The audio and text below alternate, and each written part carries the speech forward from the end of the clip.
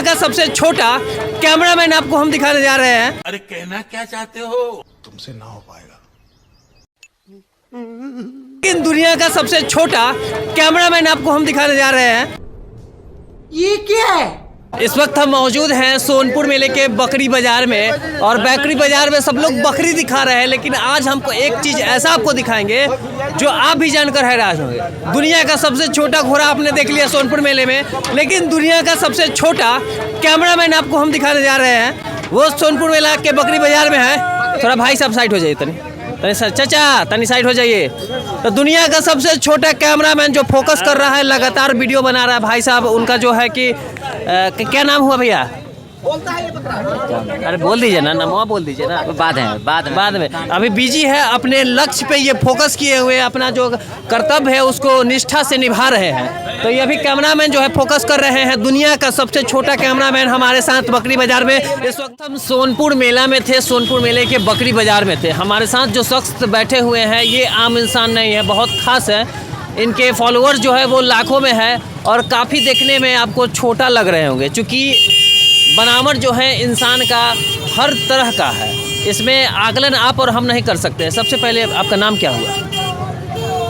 मेरा नाम फैज़ आलम हुआ। फैज़ आलम है। कौन सा चैनल चलाते हैं? VOH24 न्यूज़ है। अच्छा। जो पिछले 4 सालों से हम चला रहे हैं, पूरे बिहार भर में रन करता है। और आपकी तरह हम लोग भी संघर्ष करके अभी यहाँ तक हैं।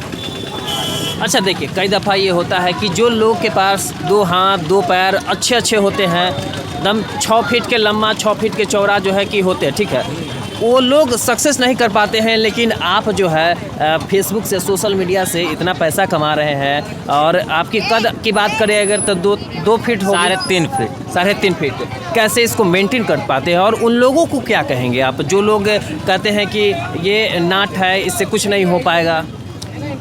देखिए, मेरे ही अंदर नहीं, हर किसी के अंदर कुछ न कुछ खूबी होती है।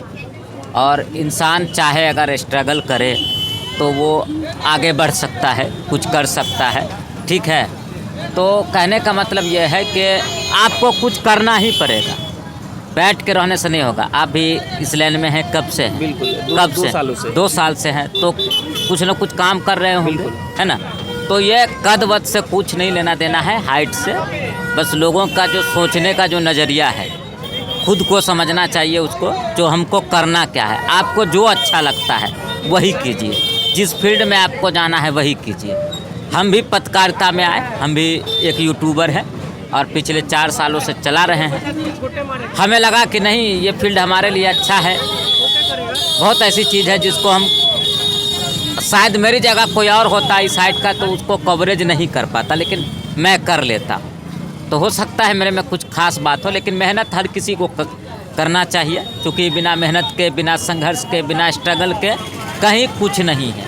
कोई सा भी फील्ड आप ले लीजिए, जब तक मेहनत नहीं करेंगे आप पैसा नहीं कमा सकते, आप घर परिवार नहीं चला सकते। तो सबसे ज़्यादा ज़रूरी है कि पहले आपको करना क्या है ये तय कीजिए, ठीक है। मेरे बगल में ये लड़का है, ये अच्छा एक बात बताइए हमें कि अगर मेहनत करना है तो मेहनत के लिए जो है कि कोई लंबाई चौड़ाई की आवश्यकता नहीं होती है। देखिए, आपको जो अच्छा लगता है, ठीक है।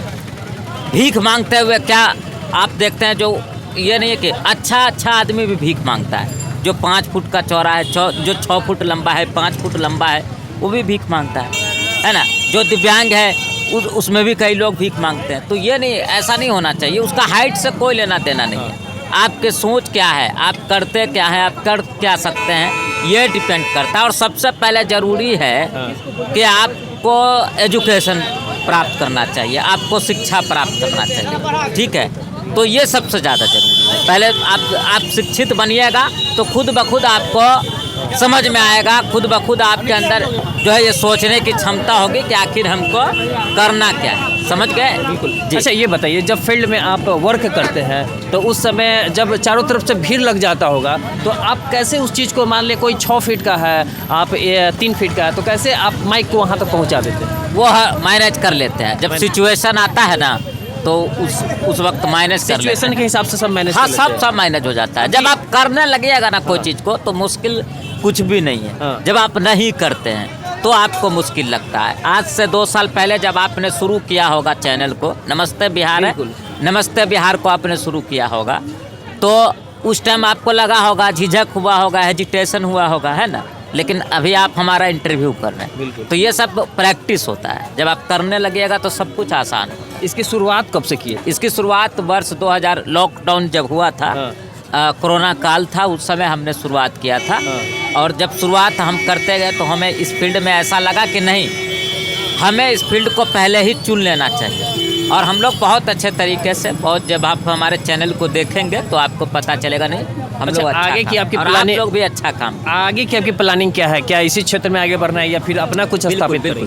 अभी इसी फील्ड में है हम, इसी फील्ड में आगे बढ़ना है। जनहित की जो समस्या है, जो कमी है, जहाँ समाज में जो जिन चीज़ों के लिए आवाज़ उठाना चाहिए, वो चीज़ों के लिए हम लोग आवाज़ उठाते रहते हैं और आगे भी लंबे समय तक इसी में बने रहेंगे। अच्छा, आपके साथ ये है ना? हाँ, क्या नाम हुआ?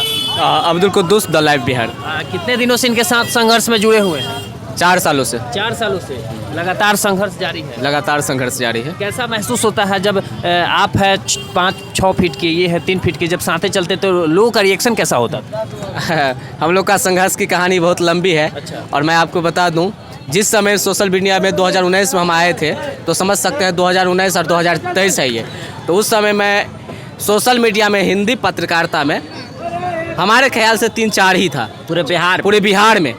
उस समय में हम लोग शुरू किए थे। हालांकि 1-2 लाख पेज था, वो हैक हो गया किसी कारणवश। और फिर मैंने इसका व्यूअर्स 24 न्यूज़ को हम लोग ने स्टार्ट किया और ये भी सक्सेस है। और द लाइव बिहार पे भी 80,000 फॉलोवर्स है। और इस तरह से दोनों पेज अच्छा चलता है। पहले हम लोग का पार्टनरशिप था, लेकिन अब दोनों साथ रहते हैं, अलग अलग चलाते हैं। तो ये फयाज आलम जी हैं और काफ़ी संघर्ष किए हैं इन्होंने अपनी ज़िंदगी में। ऐसा लोगों को लगता है कि हमारी हाइट, हमारी अगर कुछ नहीं हो पाती है सुचारू ढंग से तो हम सक्सेस नहीं हो पाएंगे। लेकिन इन्होंने एक उदाहरण पेश किया है कि ये सब कुछ नहीं होता है, संघर्ष आप करते रहेंगे तो सफलता खुद है जो कदम चूमेगी। क्या बात? जी बिल्कुल बिल्कुल। तो मुझे लगता है कि इनसे समाज को सीखनी चाहिए। एक बार गौर से पूरे इनके तस्वीरों को आप कवर करके दिखाइए कि वास्तव में ये बहुत देखने में छोटे हैं लेकिन बहुत टैलेंटेड है। सोनपुर मेला में क्या क्या देखे आप? अभी आए हैं, लगभग अच्छा, 1 घंटा हुआ है। अभी आए हैं, तो इनके स्टोरी को जानकर आपको कैसा लगा? हमारे कमेंट सेक्शन में प्रतिक्रिया जरूर साझा कीजिएगा। तब तक के लिए धन्यवाद। जय हिंद, जय बिहार।